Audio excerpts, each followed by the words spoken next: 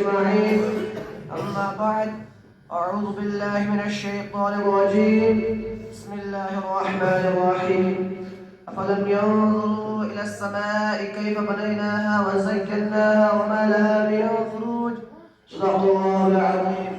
Stage پر رونق افروز علماء کرام، معزز سامعین، میں آپ لوگوں کے سامنے وجود باری اور توحید خداوندی کے متعلق کچھ دیر اظہار خیال کرنا چاہتا ہوں۔ حضرات، یہ بلند بالا آسمان، یہ چوڑی چنگلی زمین، یہ جگمگاتے ستارے، یہ اونچے اونچے پہاڑ، یہ ہرے بھرے کھیتوں کھلیان، یہ حسین سبزہ، یہ گہرے سمندر، یہ تیرتی مچھلیاں اور یہ اڑتی چہکتی چڑیاں کس نے پیدا کی؟ وہ کون سی ذات ہے جس نے چاند کو چاندنے اور سورج کو شعاعیں بخشی؟ وہ کون سے ہستی ہے جس نے ستاروں میں جگمگاہٹ، چڑیوں میں چہچہاٹ، پودوں میں گنگناہٹ، ہواؤں میں سنسناہٹ، پھولوں میں مہک، خوشبو میں دمک، جگنوں میں چمک، گنچوں میں چٹک اور گلیوں میں لچک اور بالوں میں دمک پیدا کی؟ جس نے خزاں بہار، گلو گلزار، گلگلاتے آبشار، دریاؤں میں شور، طوفانوں میں زور،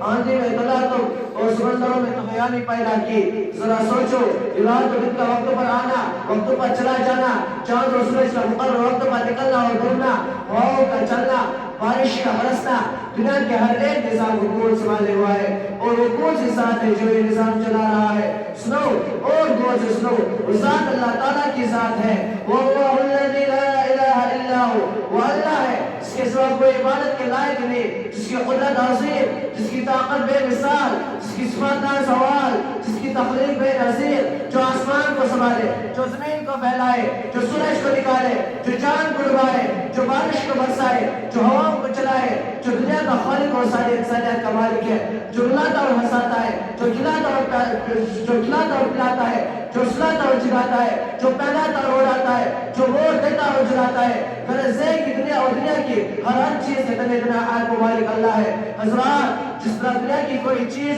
اپنے بنانے والے کے بغیر نہیں بن سکتی، جس طرح ایک چھوٹا سا مکان بغیر مہمان کے تیار نہیں ہو سکتا، جیسے ایک معمولی کھلونا اس کے بنانے والے کے بغیر نہیں بن سکتا، ٹھیک اسی طرح اس کائنات کا وجود بھی خود سے نہیں ہوا، بلکہ اس کا بھی کوئی بنانے والا ہے۔ اور ہمارا ایمان ہے کہ وہ ذات سے اللہ تعالیٰ کی ذات ہے۔ دیکھیے، جس طرح ایک کشتی کے دو ملح نہیں ہو سکتے، ایک گاڑی کو ایک ساتھ دو ڈرائیور نہیں چلا سکتے، ایک ملک کے دو سدف نہیں ہو سکتے، ٹھیک اسی طرح اس کائنات کے خالق بھی دو نہیں ہو سکتے، بلکہ اس کا خالق و مالک بھی صرف ایک ہے۔ لو کان بین آلہۃ الا اللہ لفسدتا، یعنی اگر آسمان و زمین میں اللہ کے سوا کوئی بھی معبود ہوتا تو اس کا نظام درہم برہم ہو جاتا، آسمان و زمین ٹوٹ پھوٹ جاتے، عالم میں پسا برپا ہو جاتا۔ کوئی خدا کہتا ابھی بارش ہوگی، کوئی کہتا نہیں ابھی دھوپ نکلے گی، کوئی کہتا نہیں ابھی ٹھنڈی رہے گی، کوئی کہتا ابھی گرمی ہوگی۔ غرض ہے کہ جب خداؤں کا خود آپ سے لڑتے تو مخلوقات کے کیا حال ہوتا؟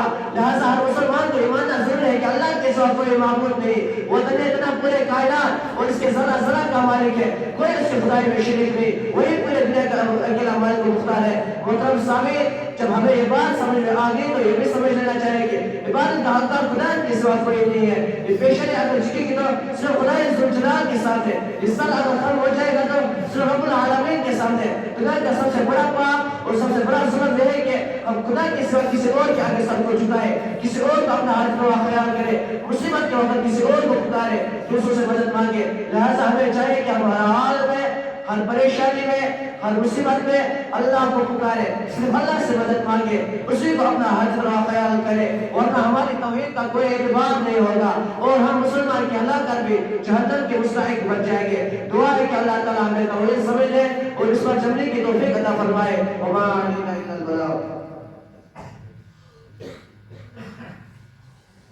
جزاک اللہ احسن الجزاء۔